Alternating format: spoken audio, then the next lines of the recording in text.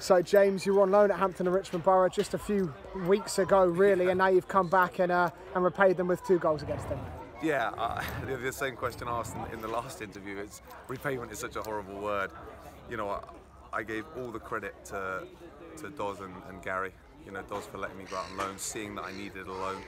Gary for taking me on board and really turning myself around. You know, I was in a low place of myself in terms of football. I knew I wasn't performing as well as I needed to be, you know, for Havant.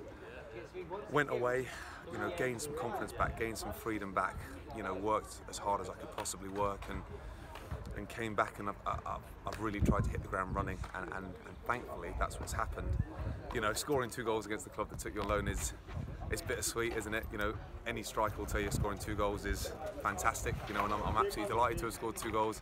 At the same time, it's that bittersweet feeling because it's the team that have helped me out this season. So, but the most important thing is the win and the momentum going towards the last 2 games of the season. That takes you to 9 goals in a season now, and what's been a really interesting season for you. How do you sum up sort of the last 8 months or so as a Havant Waterlooville and a Hampton Richmond Borough player?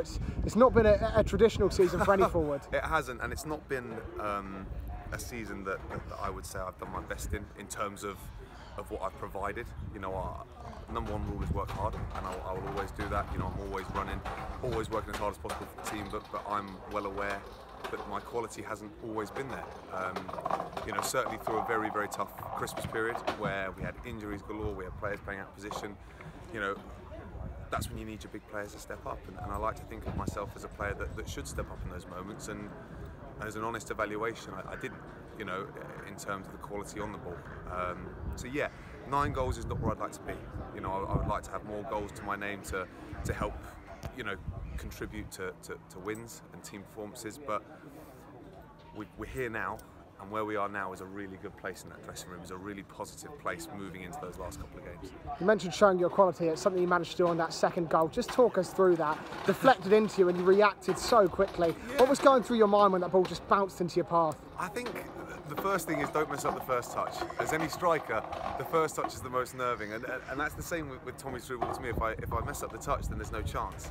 So once I'd got it under control, it was a couple of yards in front of me. I knew I had to stretch for it, and it was don't hit it over. Don't hit it over from 8 yards out because you look stupid.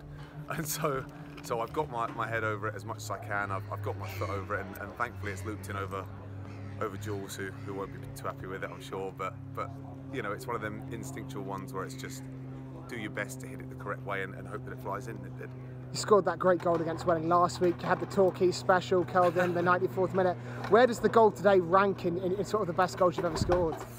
You know, that's up there. I really enjoyed that today, and I think it was such a weight off my shoulders as well. You know, we'd worked so hard in the game. I'd had the 1v1 saved by Jules in goal a minute or 2 earlier, and then you know, thankfully I get another chance. You know, Tommy's played me in twice. You know, so I've got him to thank, and then to get the 2nd goal is just that real confidence booster going into, as I say, the last couple of games. And looking forward now, James, of course, the Hemel Hempstead on Monday. The Hawks travel there and then host Chippenham on the last day of the season. You mentioned the squad mentality being brilliant at the moment. Where are your heads at with the news today? Obviously, Chippenham dropping a point. You guys picking up a 3-0 win. Do you guys think about things like that, or are you fully focused on your own job? We're focused on our own job. You know, we can have a look at what other teams did, you know, the other results and things, but at the end of the day, right now it's in our hands. You know, we're well aware of what we need to do. We're well aware that the points available and the points we need, etc., etc. But you know what? As footballers, we are going out and we want to win both games. You know, we don't want to drop points anywhere. We want to win both games. We want to go to Hemel and win, which is a really difficult place to go and will be a really tough game.